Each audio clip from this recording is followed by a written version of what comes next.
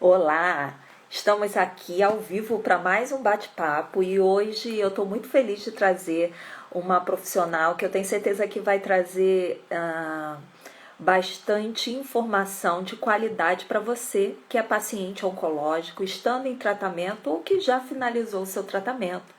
Então, eu estou trazendo como convidada a advogada e especialista em direito à saúde, a Mariana Rezende, e eu fiquei muito feliz com o convite, né, por ela ter aceito esse convite para a gente estar falando aqui sobre vários assuntos, né, vários direitos que nós temos como paciente oncológico e que eu acho importante a gente ficar sabendo deles, ou até mesmo dúvidas que pessoas às vezes me mandam no meu privado, no meu WhatsApp. Ai, Paty, aconteceu isso comigo, será que eu tenho direito? E eu não sou advogada, gente. Então a Mariana vai vir aqui agora bater um papo com a gente para estar falando sobre quais são os nossos direitos em relação à saúde, né? Quem for entrando vai me dando um oi, vai me falando de onde você está falando, se você é paciente oncológico ou não. A Lindalva falou que não perde as minhas lives. Que bom, querida. Fico feliz em saber que eu estou aqui trazendo conteúdo de qualidade para você, informação, motivação. Esse é o meu porquê, o motivo de eu manter as minhas redes sociais ativas, tá? Então, se vocês tiverem qualquer dúvida com relação a esse tema que nós vamos falar hoje, sobre acesso a medicamentos, a gente vai falar sobre plano de saúde, sobre como funciona no SUS, auxílio-doença, a questão da reconstrução mamária, se a gente tem direito ou não, como é que funciona. Então, se você tiver qualquer dúvida sobre esse tema, coloca aí nos comentários que eu já vou trazendo aqui pra gente, anotando, e assim que a advogada, que é a Mariana Rezende, estiver aqui com a gente, ela vai estar, a gente vai estar batendo um papo e a gente vai ela vai estar orientando vocês com relação a isso. Nossa, que chique! A gente tem até a Fracivanda, que está falando de Luxemburgo, na Europa. A gente tem a Viviane de Olinda. Deixa eu ver quem mais. Priscila, do Paraná. Maravilha. Rio de Janeiro, Anísia.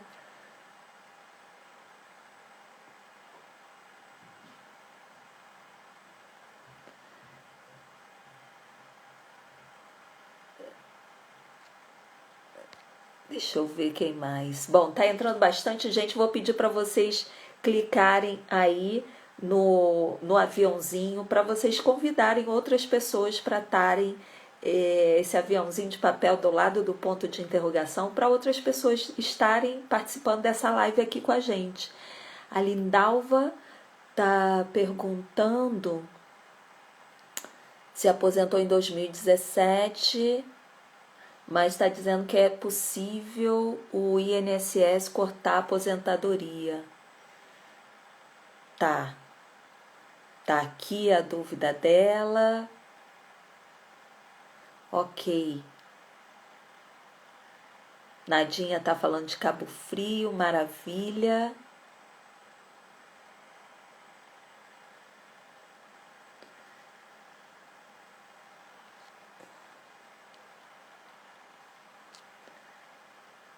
Vamos aguardar só a Mariana entrar para poder a gente estar.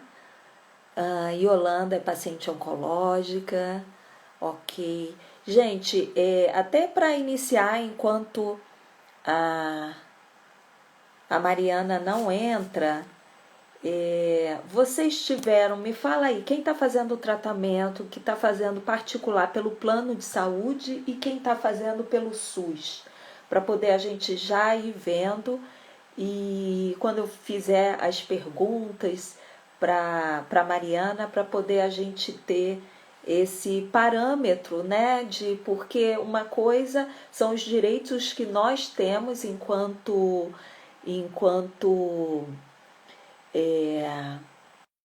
pacientes vão com o SUS e outra coisa é pelo plano de saúde, né?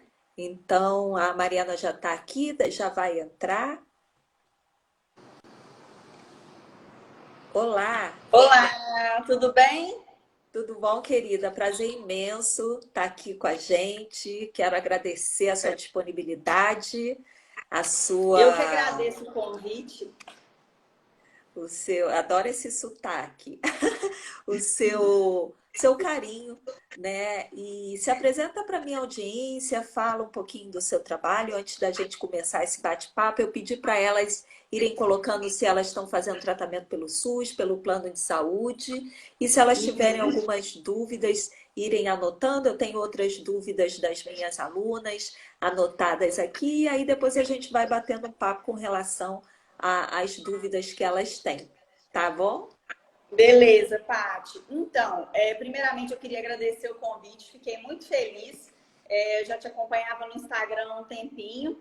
E a minha área de atuação é em direito à saúde. Eu trabalho especificamente com demandas de saúde, não só de pessoas com câncer, mas saúde em geral, para requisição de tratamento, cirurgias, medicamentos, tanto contra o plano de saúde, contra o SUS, né, quando esses tratamentos são negados.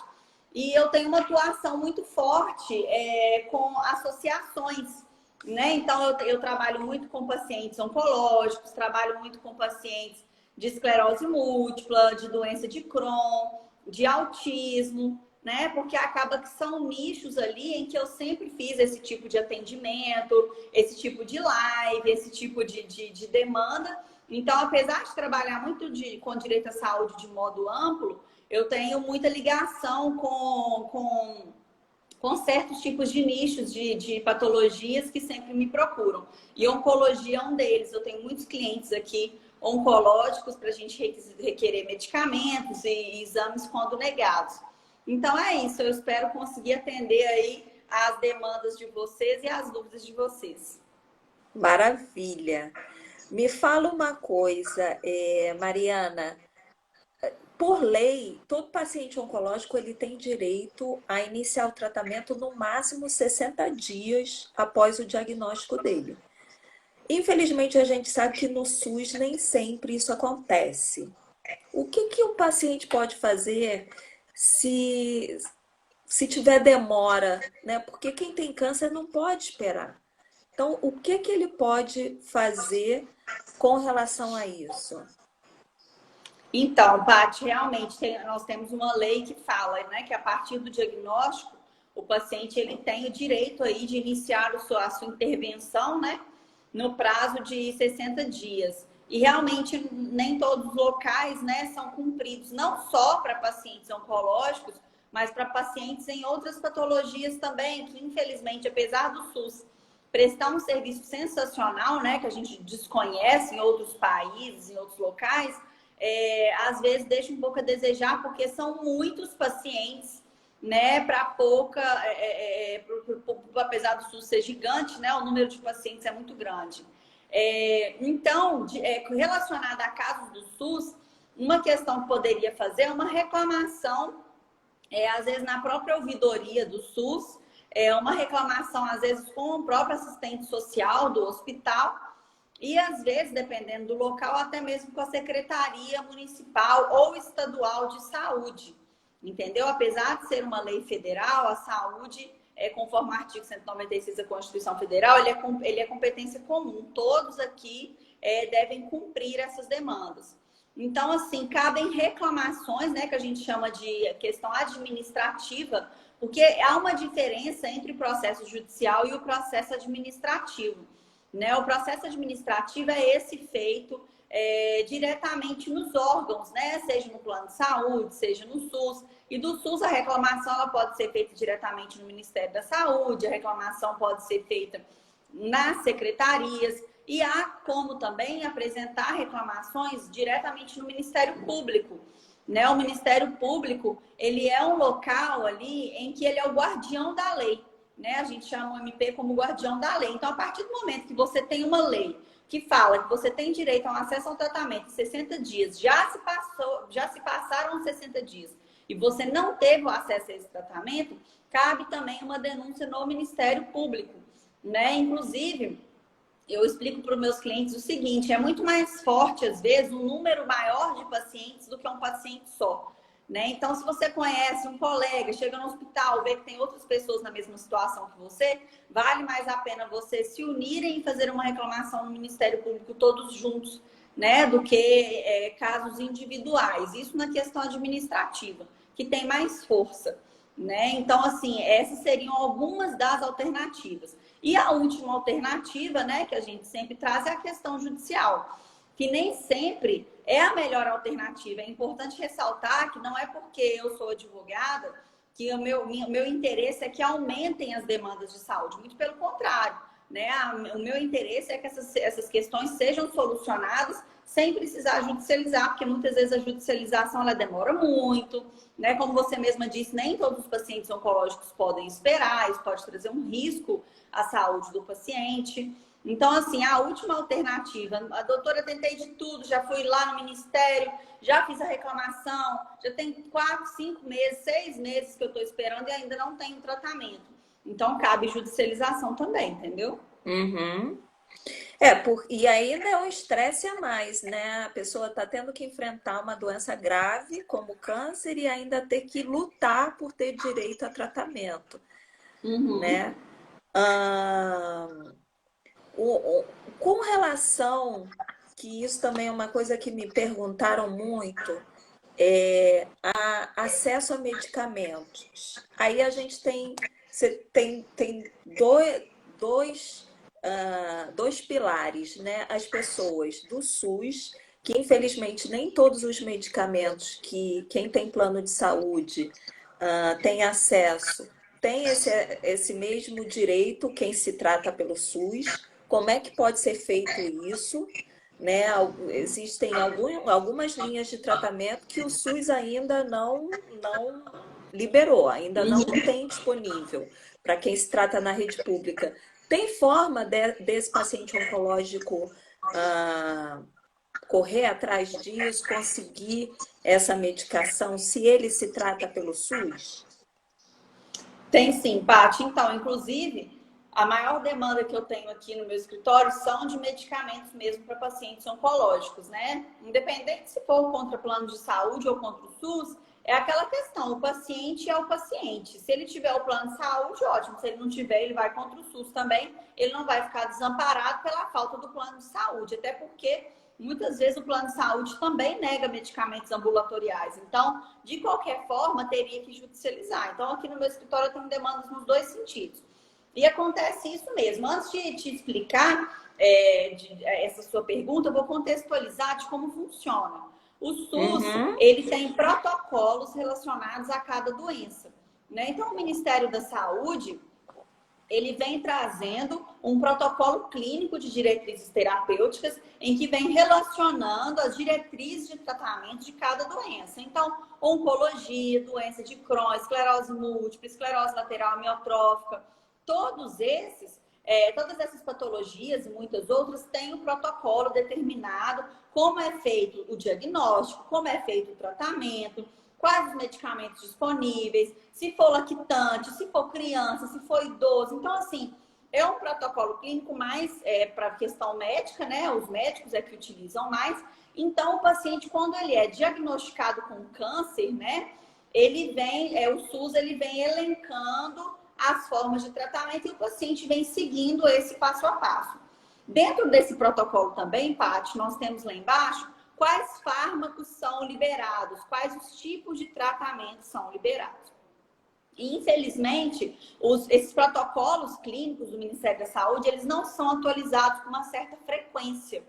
E nós sabemos que a indústria farmacêutica ela está sempre trabalhando e tentando atualização de novos medicamentos para curas de doenças, para tratamentos, para melhora de qualidade de vida desses pacientes. Então, acaba que os pacientes, muitas vezes, eles já tentaram todos os tratamentos elencados no Ministério da Saúde, é o que acontece muito aqui comigo no meu escritório, não só de pacientes com oncologia, mas com outras patologias também. Então, às vezes, o paciente já tentou o medicamento da primeira linha, o medicamento da segunda linha, da terceira linha, e não teve melhora. Então, é como se o paciente ele tivesse pegado aquele protocolo, feito uso dele todo, e nada tivesse resolvido para ele. Então, o médico ele acaba sendo obrigado a procurar outras alternativas de tratamento para aquele paciente, né? Afinal de contas, o paciente não se curou, ainda não teve remissão da doença dele e ele tem que continuar. E aí, quando o médico vem trazendo um medicamento novo, né? Que como eu expliquei para vocês, esse protocolo, essas indústrias farmacêuticas, elas vêm atualizando medicamentos, trazendo novos fármacos, o paciente ele é barrado, independente se for contra plano de saúde ou pelo SUS. Ele é barrado por quê? Porque aquele medicamento não consta no protocolo clínico do Ministério da Saúde.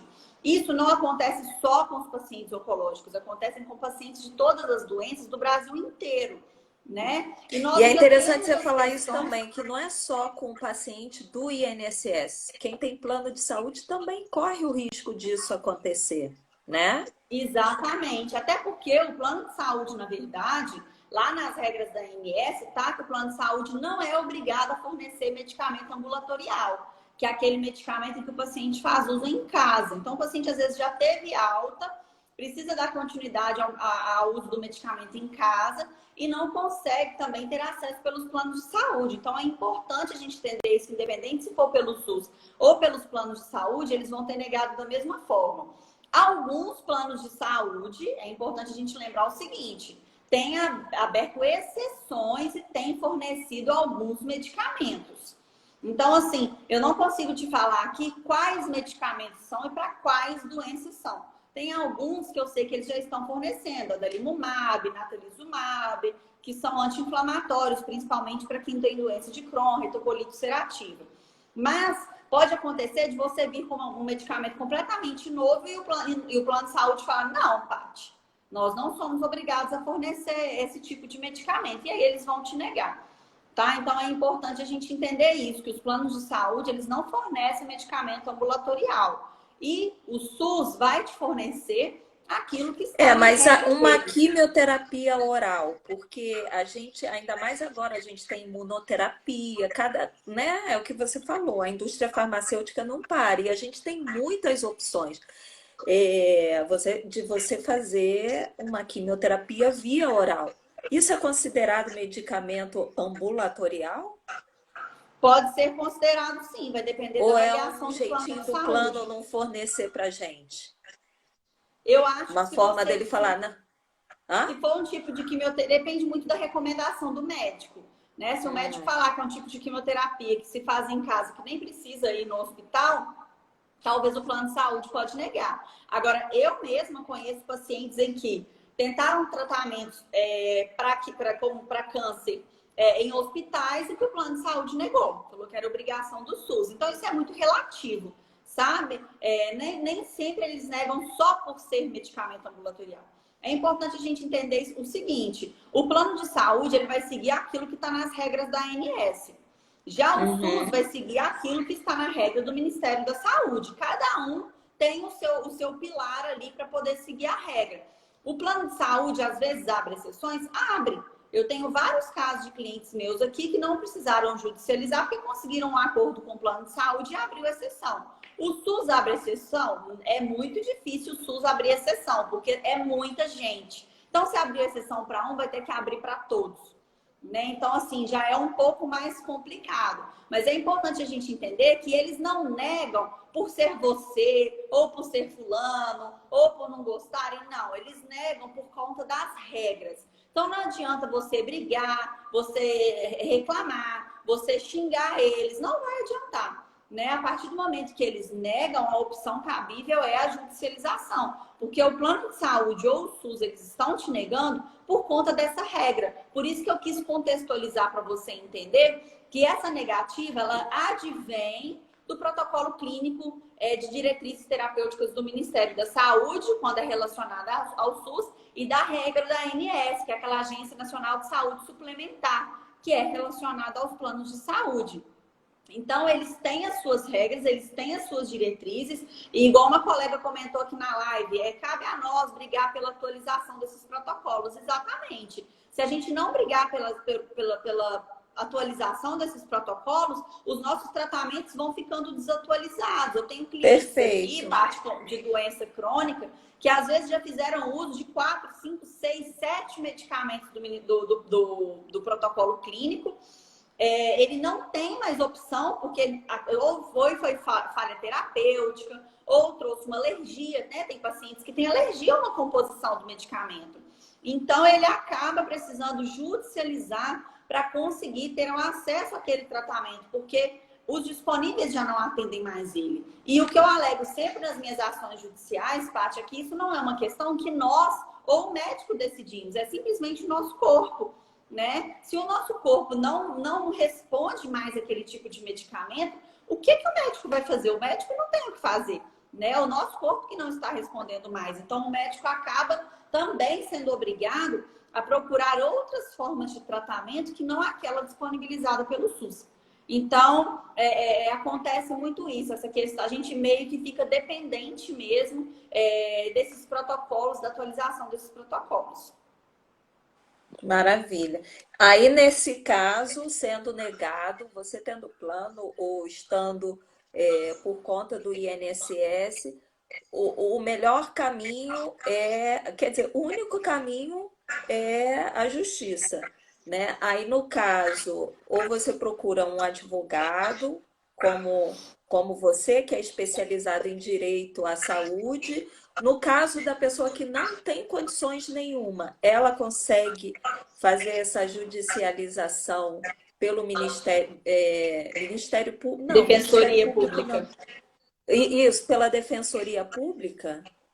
Sim, consegue sim. Então, a partir do momento que a pessoa ela tem esse tratamento dela negado, ela pode sim ter acesso pela Defensoria Pública ou por um advogado particular, né? Inclusive, a Defensoria Pública, Paty, tem advogados excelentes em que prestam já tem, inclusive, pelo menos aqui em Belo Horizonte, nós já temos advogados que trabalham só para essas demandas da saúde.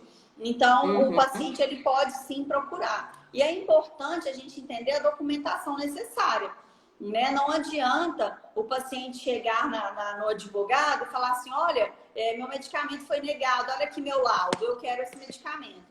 E aí no laudo dele está escrito assim, paciente com ACID tal necessita do medicamento tal, ponto. Não, né? Eu até gravei um vídeo, tá lá no meu Instagram, em que eu explico sobre como deve ser feito o laudo médico para judicialização. Porque às vezes os médicos eles ficam um pouco receosos. Eu converso com médicos praticamente diariamente. Eles me ligam, doutora, mas precisa do laudo constar? Isso tudo precisa, porque quem vai analisar aquela demanda é um juiz. Né? O juiz ele não entende necessariamente saúde, né? Ele não é obrigado. Exatamente. Eu que trabalho com saúde aqui 24 horas por dia no meu escritório, mesmo assim tem laudos que eu pego que eu fico assim, nossa, não entendi nada que esse paciente tem. Imagina para o judiciário que pega diversos laudos o dia inteiro, trabalha com isso o dia inteiro. Então, devem ser laudos muito bem elaborados. Então, eu gravei esse vídeo, inclusive, no meu Instagram, e eu, inclusive, compartilho ele com meus clientes, sabe, Paty? Se meu cliente fala assim, nossa, doutora, meu médico não quer fazer esse laudo, eu olho, mostra esse vídeo para ele. Quem sabe ele vai se sentir mais seguro, senão ele pode me ligar.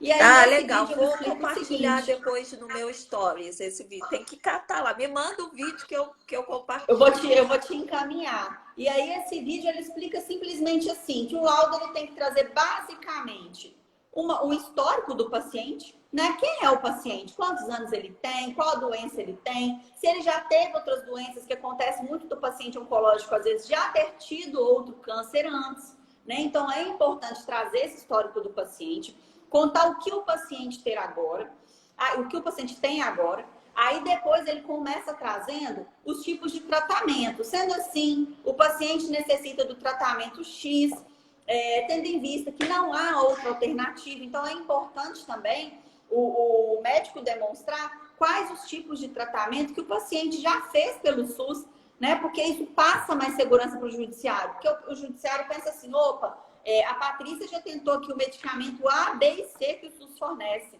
E nenhum surtiu efeito para ela. Por isso que ela está procurando a justiça. né? Então, eu tenho clientes aqui que me procuram que já tentaram transplante, eu tenho clientes aqui que já tentaram quimioterapia, radioterapia, cirurgia, e nenhum desses tratamentos resolveu. Então, a partir do momento que o paciente ele vem demonstrando que ele também já buscou, porque isso é importante para o judiciário. Porque pensa só, qual que é a cabeça do juiz? Nossa, o nosso SUS fornece tantos tratamentos oncológicos e esse paciente está entrando na justiça? Por quê? Né? Então, a gente tem que explicar isso para o juiz. Excelência, eu não estou entrando na justiça porque eu quero. Eu estou entrando porque eu já tentei alternativas liberadas pelo SUS e não me atenderam. Então, é importante a gente demonstrar para o juiz essa tentativa, né, de outros tipos de tratamento. Ou se não houve tentativas, igual eu tenho clientes aqui que não tentaram nenhum tratamento pelo SUS, porque aqueles medicamentos do SUS não atendem às necessidades dele. Então, o médico vem explicando. Tal paciente não tentou alternativa XXX constante no protocolo clínico do Ministério da Saúde, porque a sua doença é assim, e os medicamentos liberados são para tal. Então, o médico vem trazendo essa questão mesmo, essa explicação. E, por fim, o médico vem trazendo essa urgência. Nessa urgência, Paty, é cabível para a gente pedir aquilo que a gente chama de pedido liminar, que é a tutela antecipada. Né? Uma ação na justiça dessa, ela pode durar 3, 4, 5 anos ou até mais. E nós sabemos que o paciente oncológico, ele não tem todo esse tempo. Sim, né? Então, a gente sem tratamento fica muito difícil. Exatamente. Então, a gente pede o que a gente chama de tutela antecipada.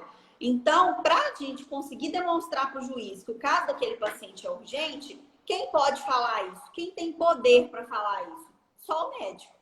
Né? Não adianta eu argumentar, não adianta o paciente argumentar. Quem tem autoridade para esse tipo de argumentação é o médico. Então, o médico vai vir trazendo no laudo paciente com um quadro urgente, necessitando desse medicamento, ou desse tratamento, ou dessa intervenção para ontem, tendo em vista que o seu quadro é grave e o tempo de espera pode agravar, pode gerar uma situação irreversível ou pode levar o paciente, inclusive, a óbito. Então, Paty, onde que eu quero chegar? Quando o paciente já tentou todas as alternativas possíveis e só resta a judicialização, o primeiro passo que ele tem que fazer é procurar o médico e fazer um laudo bem elaborado, conforme eu expliquei aqui, conforme tem no vídeo, porque isso vai facilitar aquela demanda. Não é facilitar a minha vida, ele vai facilitar a vida do paciente, porque eu consigo argumentar no processo. Agora, o juiz, muitas vezes, se ele não conseguir entender, ele não vai me dar aquela liminar. Isso pode atrasar o processo e prejudicar a vida do meu cliente. Então, assim, quanto melhor a documentação médica, sejam exames comprovando, laudos médicos bem embasados, às vezes laudos antigos que demonstram as tentativas de outros tratamentos até chegar na situação que se encontra hoje. Então, assim, um laudo, documentação médica bem embasada, ela traz chances maiores da gente conseguir essa tutela antecipada e o fornecimento de medicamento para o paciente, independente se for contra o SUS ou contra os planos de saúde. Mas o médico do SUS, em geral, ele faz esse laudo, sabendo que você vai entrar na justiça contra o SUS? Tenho muitos Você já clientes teve aqui, algum sim. tipo de problema, assim, meu médico não quis dar ou não deu um laudo tão elaborado, não teve essa boa vontade, porque ele tem que estar, né, disposto a pagar o preço com você. Sim, exatamente. Contra o plano de saúde é mais difícil. Quando o paciente ele é acompanhado por um profissional particular do plano de saúde e precisa judicializar contra aquele plano de saúde, o médico realmente não vai te dar um laudo. É isso que eu pensei. Inclusive, de ser mandado embora do plano de saúde por estar fornecendo um laudo que pode trazer, né, um gasto maior. Um prejuízo para a empresa que ele... Exatamente. Então, assim, quando são clientes de planos de saúde, eu recomendo a eles procurarem profissional do SUS ou de outros planos de saúde ou até particular, né? Mas isso nem sou eu que falo, isso meus próprios clientes chegam para mim e falam: nossa, eu estou tentando conseguir um laudo com o meu médico, ele não quer me dar de jeito nenhum, porque ele é conveniado ao plano. Então, assim, o próprio médico já fala: eu não vou te dar esse laudo E muitas vezes o médico, por entender a situação do paciente, tem médico que já até fala, procura um médico particular ou do SUS. Eu faço laudo, mas eu não assino. Entendeu? Agora, contra o SUS, não, Paty. Contra o SUS, geralmente os médicos aqui de Belo Horizonte, que atendem no Felício Roxo, no HC, eles não querem nem saber, eles fazem laudo sim.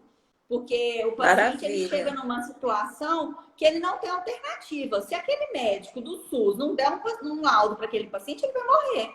Né? Então, assim, quando é paciente do SUS, geralmente os médicos dão laudo sim. Dos planos de saúde é que são mais resistentes.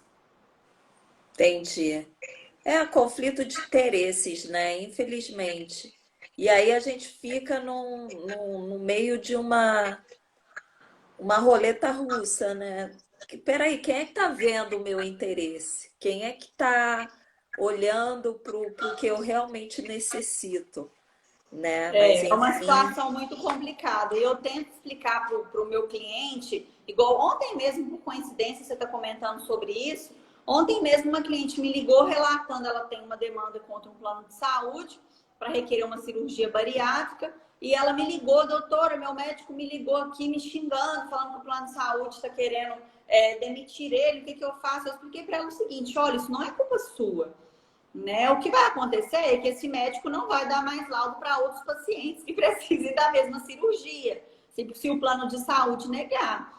Agora, a culpa não é sua. Você precisa de uma cirurgia bariátrica, é urgente, o seu plano de saúde está te negando, você precisava do laudo, né? E o médico estava ciente disso.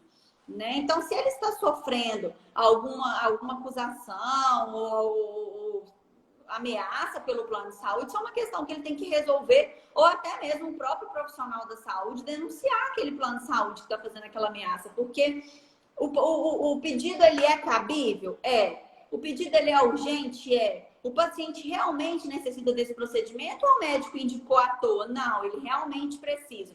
Então, assim, não tem discussão, é aquilo que você falou. Deve-se levar em consideração a saúde, não é nem interesse, ninguém está preocupado com o que você quer ou o que você deixou de querer, mas está preocupado com a sua saúde, como você se sente, o que você pode fazer para poder melhorar, né? Então, eu sempre explico para os meus clientes, inclusive, o seguinte, antes de judicializar, antes de procurar um advogado, tente conversar, né? Tenta conversar com o médico. Geralmente, pacientes do SUS, Paty, quando eles chegam para mim, eles já foram super instruídos pelos médicos do SUS. Aqui em Belo Horizonte, os médicos, eles são muito instruídos, eles já têm na cabeça deles, olha, não tem, eu tive uma demanda recentemente aqui contra o SUS, em que o próprio médico já me falou, doutora, esse paciente aí não tem alternativa, não. Esse medicamento ele já foi aprovado, mas ele ainda não consta no protocolo clínico e não tem discussão. Então, assim, esses médicos do SUS, eles são muito informados, eles são muito inteligentes, eles não estão preocupados se o SUS fornece ou deixou de fornecer. Eles estão preocupados se aquele fármaco ele vai fazer bem para o paciente e se ele deve ser recomendado. Agora, o medicamento, para fazer parte do protocolo do SUS, é importante a gente entender que ele passa pelo crivo da Conitec, né? Que é um órgão técnico, é até bom eu tocar nesse assunto, que eu vi uma colega comentando aqui sobre vocês se unirem, né? Para poder conseguir essas autorizações desses protocolos. A Conitec, ela é um órgão consultivo, não é um órgão que tem poder de decisão, né? Mas o Ministério da Saúde, sempre que ele vai fazer uma recomendação, uma atualização de protocolo, ele segue as recomendações da Conitec. Então, igual, por exemplo, esse cliente que eu tive recentemente, essa medicação que o médico indicou para ele teve parecer positivo da Conitec. Então, como que acontece isso? A indústria farmacêutica está ali, está fazendo estudos de medicamentos. Aí ele encontrou um medicamento para câncer de rim, por exemplo. Ele liga na Conitec e fala, olha, encontrei um medicamento aqui para câncer de rim, gostaria que esse medicamento fosse inserido no protocolo. É claro que não é assim, né, Paty? É toda uma burocracia que ele segue.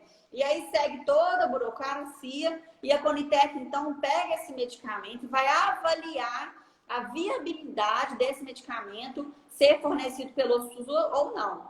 Então, vai avaliar a questão financeira, porque tem medicamentos que são muito caros e que para o SUS não vale a pena o fornecimento.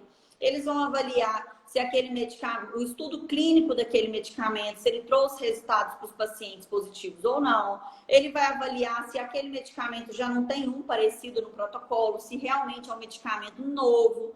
Então, assim, a Conitec vai fazer toda uma avaliação e, no final das contas, ele vai emitir um parecer. E o parecer, por exemplo, desse cliente meu era positivo.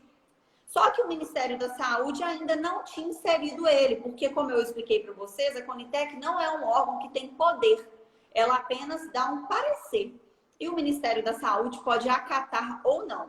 Então, aonde que eu quero chegar para que eu digo que os pacientes podem ajudar? Quando o medicamento está em estudo na Conitec, eles dão uma abertura para o público opinar.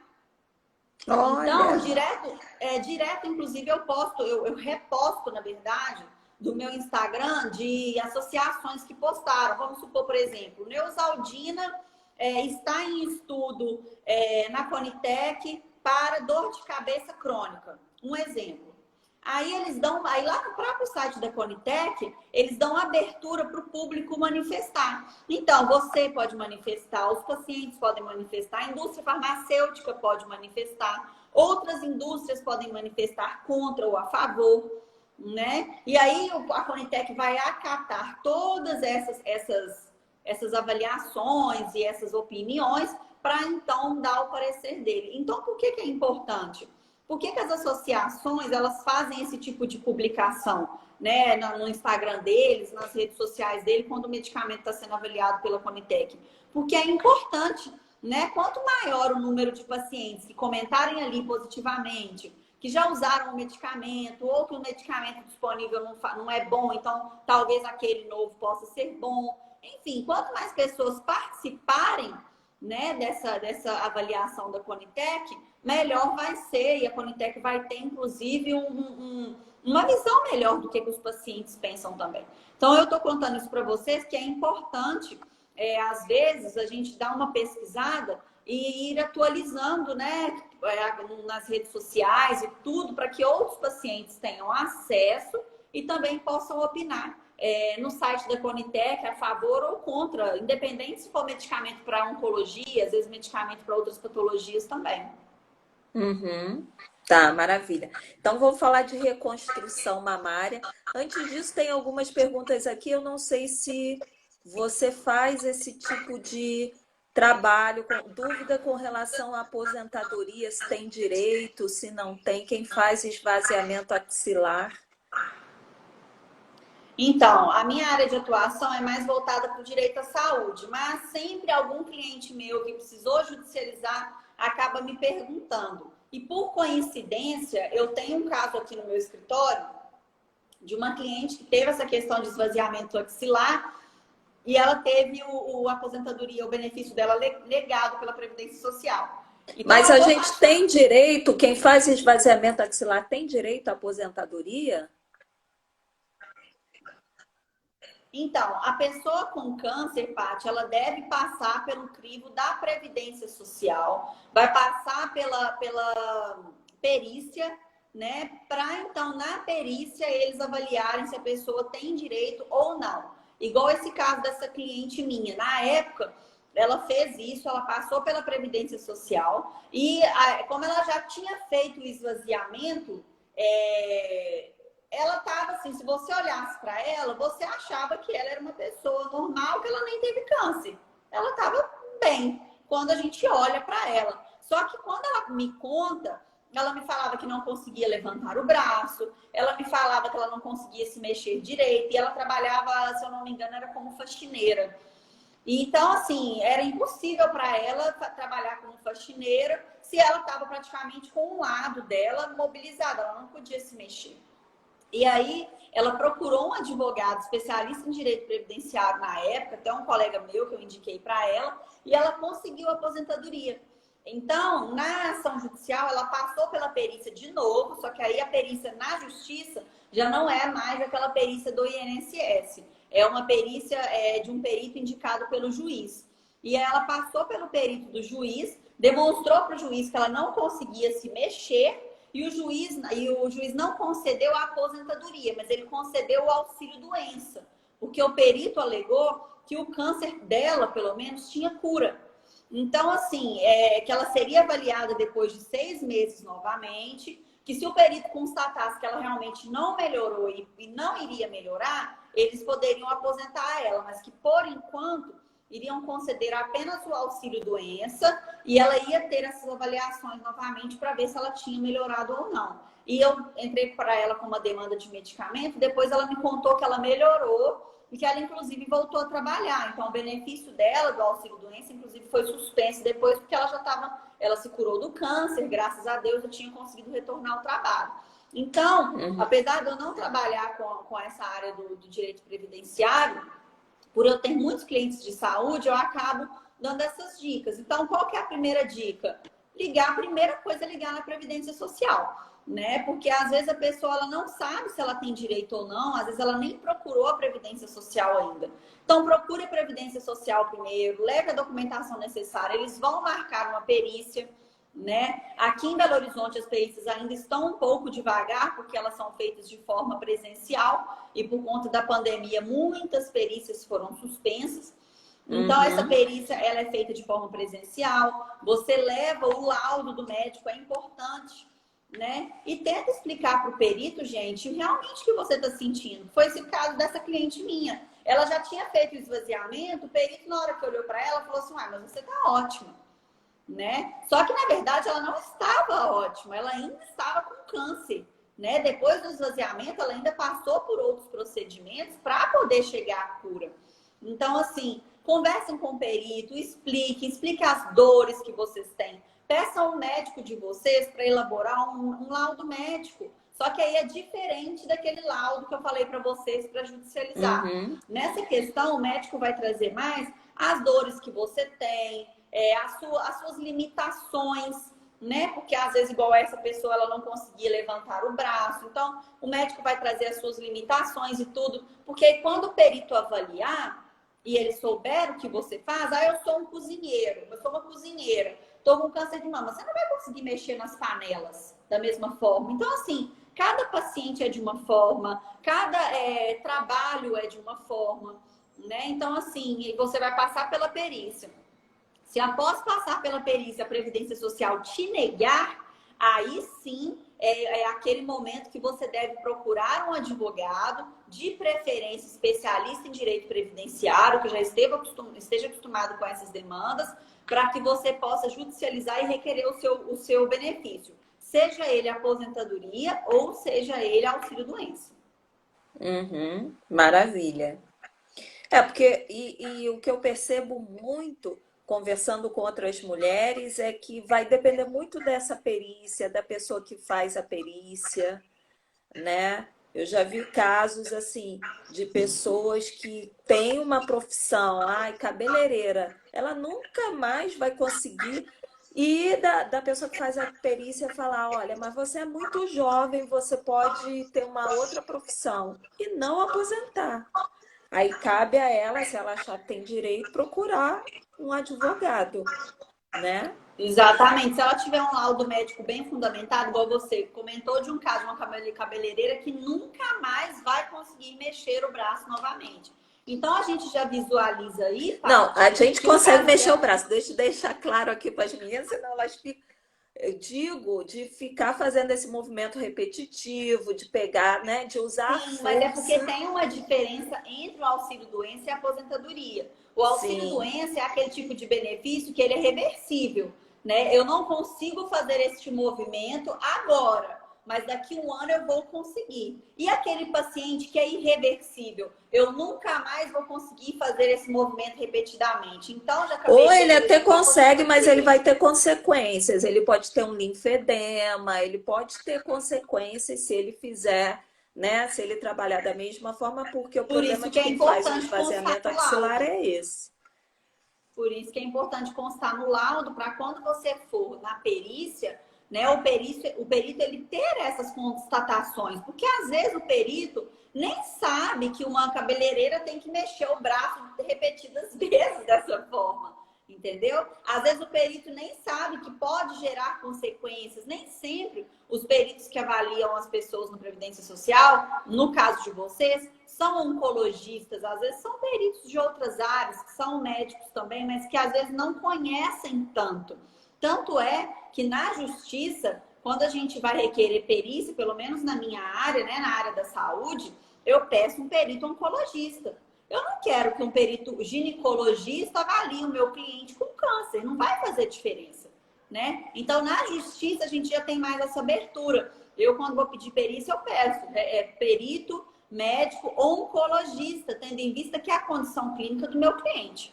Então, no caso da Previdência Social, funciona da mesma forma. Ele tendo esse benefício negado, quando for judicializar, pode fazer o requerimento da perícia judicial, seja feita por um oncologista. Um oncologista vai ter uma visão muito mais ampla e detalhada sobre o caso do paciente. Excelente dica.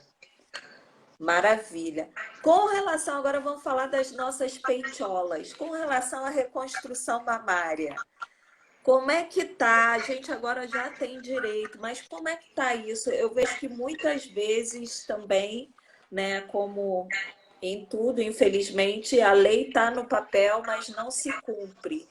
Como é que a gente pode fazer valer o nosso direito de, sendo no plano de saúde, sendo pelo SUS, da gente ter a reconstrução das duas mamas, ter, né, a simetrização, seja lá o que for, sem que seja visto como um tratamento estético. Então, Paty, essa lei, saiu uma lei em 2018, apesar de já a pessoa que fazia, que tinha câncer de mama já ter direito, né, à retirada da mama. Em 2018 é que saiu uma lei federal mesmo, confirmando que a pessoa, além do tratamento de câncer de mama, ela tem direito também à reconstrução, né? E essa lei de 2018, ela trouxe a questão da reconstrução, a questão da simetria da mama e a questão também da reconstrução da auréola. Então, essa lei ela veio ainda confirmar demais direitos que o paciente tem relacionado a isso. E outra coisa que eu estava conversando com uma mastologista essa semana, que ela me explicou, que a questão dessa cirurgia, né, para o câncer, não é apenas para as mulheres. No caso das mulheres, tem a questão da reconstrução e tudo. Mas no caso dos homens, os homens também têm câncer de mama. Inclusive, eu descobri isso com essa mastologista, porque eu também estava por fora. É os raríssimo, homens também mas têm tem. direito. Exatamente. Ela estava me contando que eles também têm direito a essa cirurgia, se necessitar de outros procedimentos, ele tem direito tanto quanto a mulher. Agora, com relação à prótese, é importante a gente entender que não é considerado questão de estética. Infelizmente, os planos de saúde ainda negam, né? Falam que é considerado questão de estética, que a paciente não precisa. Só que precisa sim, né? Já foi comprovado cientificamente que a não reconstrução da mama traz consequências prejudiciais à saúde do paciente. Então, a partir do momento que o paciente ele tirou a mama e foi demonstrado que ele precisa da reconstrução, o plano de saúde não pode alegar que é questão de estética. E essa questão da simetria também é muito importante. Eu estava conversando com essa mastologista e ela estava me explicando que não tem como colocar a prótese em um seio só e o outro seio que não teve câncer deixar daquele jeito, né? A simetria ela tem que ser feita. Se colocou prótese no seio que teve câncer, a paciente tem direito a colocar prótese também no outro seio, mesmo que não tenha sido atingido pelo câncer, por conta dessa simetria, para não ficar diferente. E também não pode ser considerado como questão de estética. Deve ser porque não é que fica, não é só o peitinho que fica diferente. A gente acaba tendo consequências na mobilidade. Como eu estudo muito, é do meu interesse, e inclusive eu tive uma live já aqui com uma fisioterapeuta, e a gente tem mulheres que ficam totalmente torta, tem problemas na coluna, tem problemas seríssimos por conta dessa falta de simetria, né? Então, com certeza não é uma coisa só estética. E me fala uma coisa, dá para se fazer já a reconstrução na hora? Ou porque eu fiz a minha reconstrução imediata, mas eu não fiz pelo SUS nem pelo plano de saúde. Alguém que queira fazer, se for negado, tem como correr atrás desse direito? É óbvio que a gente tem que ver que cada caso é um caso. Dependendo do caso, existem casos que realmente não tem como fazer na hora. Isso o médico determina. Mas tem muitos outros casos que sim, ela pode retirar e já sair com a mama direitinha. E eu sinto que isso fez uma diferença enorme para mim, porque a gente está enfrentando um câncer, a gente perde o cabelo, a gente, né, a perda do seio está ligada à perda da feminilidade nossa. Então, para a gente é importante isso também, que a gente tenha pelo menos Exatamente. esse conforto, né? Então, como é que está essa questão de reconstrução imediata? Então, Paty, a lei traz exatamente isso, que dependendo da condição clínica do paciente, autorizado pelo médico, né? Se o médico falar que aquela paciente tem condição de fazer reconstrução imediatamente, ela já pode fazer.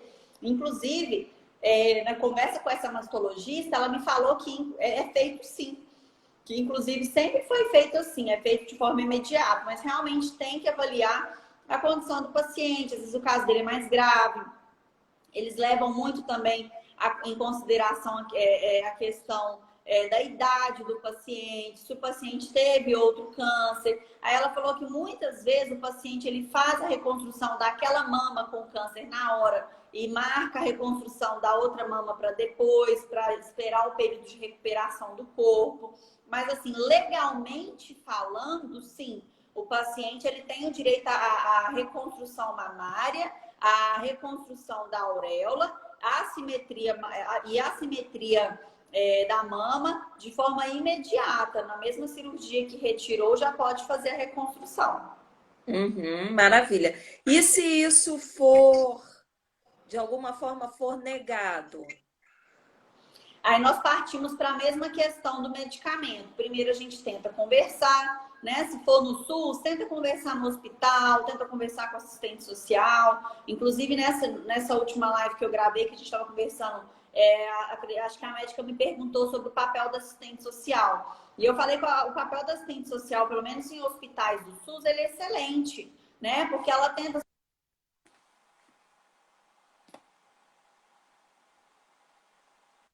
ver a questão. Então, assim, se conversou com o assistente social, se conversou na Secretaria de Saúde, realmente a questão não foi solucionada, aí sim o paciente ele pode judicializar. E no plano de saúde, da mesma forma, ele vai ligar no plano de saúde, ele vai conversar, ele vai pedir um médico, um laudo bem elaborado, apresentar no plano, entrar com recurso.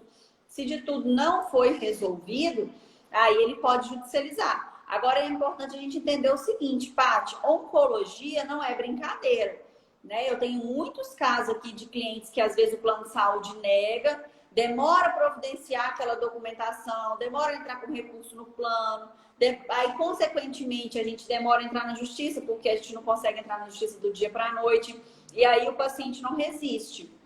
Então é importante a gente entender o seguinte, o médico receitou, negou, já procura um advogado da Defensoria Pública e toma as medidas cabíveis.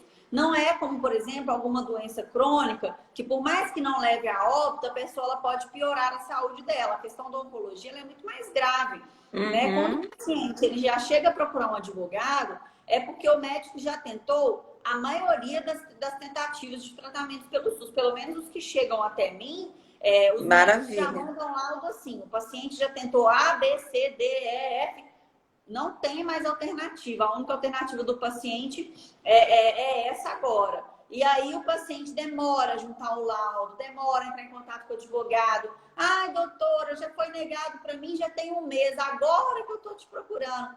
E aí o médico já está arrancando os cabelos da cabeça, porque o médico também acaba tomando as dores, né, do paciente, porque convive com o paciente. Então, assim, os pacientes oncológicos, eu sempre dou a seguinte dica. Conversou com o médico falou que o SUS não fornece, ligou no plano de saúde, o plano de saúde negou, já procura a Defensoria Pública ou um advogado particular para começar a providenciar a documentação necessária e tomar as medidas cabíveis, porque se demorar demais, não dá tempo de entrar com a ação judicial e o paciente pode ficar, às vezes, igual, por exemplo, no câncer de mama, com alguma sequela irreversível ou até chegar a óbito. Com certeza, maravilha. E para a gente finalizar, nossa, passou muito rápido. Para a gente Passou. finalizar, vou fazer a última pergunta. Essa lei da reconstrução mamária é recente, né? 2018. Eu, por exemplo, no meu caso, eu fui diagnosticada em 2014. Se tiver alguma mulher aqui nos assistindo ou assistindo a reprise que não fez a simetrização, gostaria de fazer, dá para correr atrás depois? Com certeza, com certeza. Ela está na lei. A pessoa com câncer, se ela teve o diagnóstico. Mesmo ela já estando curada agora, ela já está, né? Já sim, tá não está mais com câncer, né? Que você diz. Isso, a pessoa teve câncer, Sim. fez o tratamento, mas ela não teve a simetrização das mamas, ou ela não fez a reconstrução da auréola. E aí a lei chegou agora, em 2018. Ela deseja fazer, ela consegue? Eu acredito que o primeiro caminho é procurar o SUS para ver o que eles vão falar, né? Às vezes a paciente procura o médico dela, conversa, olha, doutor, eu já fiz esse tratamento, eu preciso fazer reconstrução, já tem um tempo, já estou curada, cabe aí a simetrização, como que funciona? Acredito eu que no judiciário, o juiz, ele com certeza o juiz com certeza ele vai conceder sim. Agora, administrativamente, o paciente teria que conversar no SUS ou até mesmo no plano de saúde, dependendo de onde foi feito o tratamento dele, para ele poder avaliar direitinho. Maravilha. Bom, a gente tem só 2 minutinhos, até a Lindalva falou, não vai dar tempo de responder a minha pergunta. Gente, tem algumas perguntas aqui que o que me comprometo com vocês é tentar. Eu não tenho condições de responder, mas se a Mariana não, tiver pode me mandar mensagem. E eu quero te agradecer imensamente. Foi muito esclarecedor, até mesmo para mim, que estou sempre buscando informações. E eu tenho certeza que as outras pessoas que vão assistir essa reprise também vão se beneficiar bastante dessas informações que você compartilhou com a gente. E para finalizar, queria que você deixasse seus contatos, o Instagram, elas já vão saber quais são, né? Mas quem quiser ter uma orientação sua, algo nesse sentido, como é que a gente te encontra? Então, gente, eu que quero agradecer, Paty. Gostei demais do convite, gostei demais de te conhecer. Quem a gente não conseguiu responder as perguntas, pode me mandar por direct. Lá no meu Instagram também tem o meu telefone. Apesar de eu ser de Belo Horizonte, hoje em dia, com as redes sociais, né, Paty, a gente consegue conversar com todo mundo. Inclusive, judicializar também, hoje em dia, o processo, ele é eletrônico. Então, a gente consegue judicializar demandas, inclusive, de outros estados, isso não tem problema nenhum. Então, dúvidas relacionadas ao direito à saúde, podem me mandar que eu respondo. Eu vi alguém falando sobre questão de imposto de renda, não é a minha área, mas eu posso mandar alguns links, alguns textos que, inclusive, sanam essas dúvidas, que são dúvidas bastante recorrentes, e precisando judicializar em outras áreas também, de previdenciário e tudo, eu tenho profissionais parceiros aqui que trabalham também com essa questão de previdenciário, são especialistas, assim como eu sou no direito de saúde. Então, obrigada pelo convite, meus contatos estão lá no meu Instagram, e qualquer dúvida vocês podem me mandar lá que eu vou respondendo vocês. Tá ótimo, querida. Muito obrigada. Beleza? E Tchauzinho, a gente vai se falando. agradeço. Combinado, Tchau, tchau. então. Tchau, tchau.